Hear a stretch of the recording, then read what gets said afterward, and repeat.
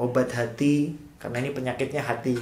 Ada 5 perkaranya itu. Yang pertama baca Al-Quran dan maknanya. Sholat malam lakukanlah, berkumpullah dengan orang soleh untuk mendapatkan nasihat yang baik. Jangan berkumpul dengan teman yang gak benar, lagi stres. Ini malah kumpulnya dengan teman-teman yang gak baik. Ya udah, kamu akan terjerumus pada kemaksiatan nantinya. Terus kemudian sholat malam lakukanlah itu. Nah itulah, ada 5 hal itu. Baca Al-Quran dengan maknanya, itu juga penting. Nah itu tips-tips yang umum. Istighfar, banyakin sholat itu terutama ya. Nah tapi kalau keadaannya, kalau melihat banget seperti ini ya, wajah-wajah yang agak berbeda karena saking luasnya pergaulan kalian lah gitu ya, di era milenial dengan gadget yang luar biasa itu, yang kalian bisa baca sendiri sebenarnya. Tips-tips semacam ini harus ada hal yang agak berbeda. Aku menyarankan, yang pertama kamu harus ingat bahwa kita itu sebagai orang Islam itu dijadikan oleh Allah rahmatan lil alamin. Jadi kita tidak boleh menjadi orang yang malah menimbulkan kerusakan. Dimulai dari apa itu biasanya? Dari rasa benci, kerusakan itu. Permusuhan, pertumpahan darah dan sebagainya. Dari rasa benci, rasa iri. Ingat, pembunuhan pertama kali di dunia ini dilakukan oleh anak cucunya Nabi Adam, antara Habil dan Qabil, karena iri. Irinya iri apa? Irinya merasa pasangan yang diberikan kepada saudaranya kok lebih cantik, berusaha merebut. Itu kayak persoalan lo tadi. Nah itu jadi masalah sampai akhir zaman lo nanti. Tanggung jawab. Jangan dicontoh anak muda. Iya, kalau nggak bisa menghadapinya terjadi pembunuhan loh. Karena rasa iri itu. Power. Itu salah contohnya. Jadi kebencian, pembunuhan, kerusakan ternyata bisa dimulai dari hal itu. Penyakit hati yang kemudian tidak bisa dikontrol dengan baik. Nah, hati-hati ya, makanya jangan membenci.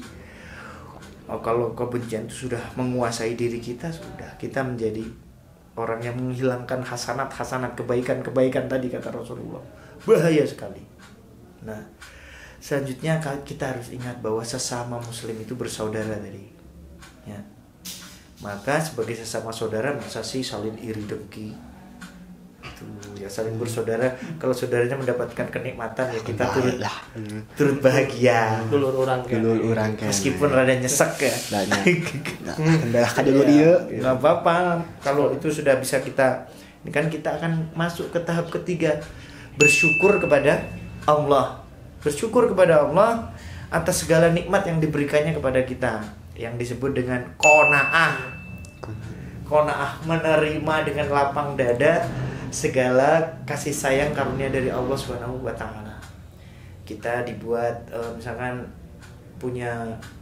punyanya sepeda, alhamdulillah. Banyak orang yang nggak punya sepeda, kemana-mana jalan kaki, alhamdulillah kita punya sepeda. Jadi kalau orang Islam itu melihat dalam urusan ibadah, urusan akhirat itu kepada orang yang lebih soleh. Tapi kalau urusan dunia, lihatlah ke bawah. Kalau urusan akhirat, lihatlah ke atas. Masih banyak yang lebih soleh dari kita. Tapi kalau urusan dunia, lihatlah masih banyak yang lebih menderita dari kita semua. Kayak gitu. Ya, kamu katanya suka adzan. Iya, pakai. Cuman terus kenapa jadi nggak adzan? Ya gitu, kemarin teh pas saya adzan ada selentingan omongan cenah. Paling saya mah yang kapuji ada oge. Ya aku teh ditembalanik sama saya teh, iri bilang bos. Gitu. Ya pertamanya gitu dan terus menerus berkata kayak gitu. Itu yang kapuji itu naon gitu kan. Harusnya kamu lapor ke bapakmu. Bukannya. Siapa nama ayahnya teh? Bang Togar. Wah, terkenal. Jangan sampai kita karena hal kecil itu terus kemudian jadi keributan yang besar ya. Maknai positif bahwa orang-orang yang memberikan kritik itu sebenarnya mereka pasti bukan orang yang suka adzan. Iya. Benar. Gitu. Jadi dia itu pengen melakukan kebaikan yang kau lakukan itu, tapi nggak punya keberanian sebenarnya. Itu ya, banyak itu mah teman-teman mainmu pasti. Waduh, si eta adzan euy. Ya, kayak gitu-gitulah. Kayak Itu sebenarnya motivasi. Ya. Dan motivasi seperti ini harus dinikmati karena tidak lama. Tidak lama motivasi ini. Kalau sampai kamu terus lakukan dengan istiqomah, maka otomatis orang-orang itu tidak akan lagi ngomong seperti itu karena udah biasa. Tiap hari adzan misalkan, nggak ada lagi yang ngomongin gitu. Kalau pertama pakai kopiah yang semula rambutnya mohek gitu, terus kemudian pakai kopiah, wah, hujan angin.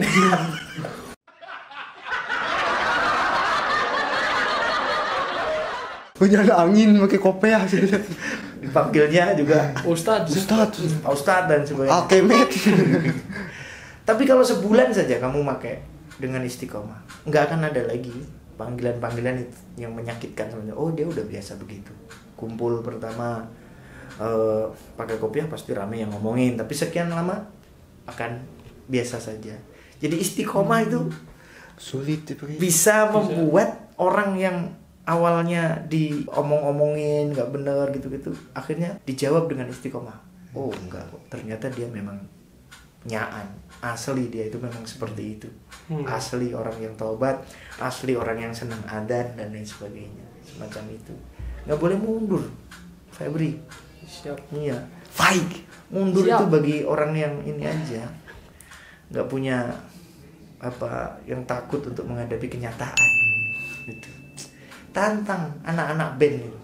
Tantang mereka, mana yang berani adzan. Tuh, toa masjid menunggu 5 waktu. Suaramu yang bagus wahai para vokalis-vokalis.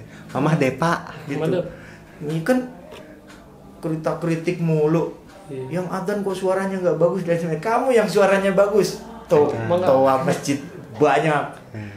Kamu akan jadi orang yang disayangi oleh masyarakat. Bermula dari adzan.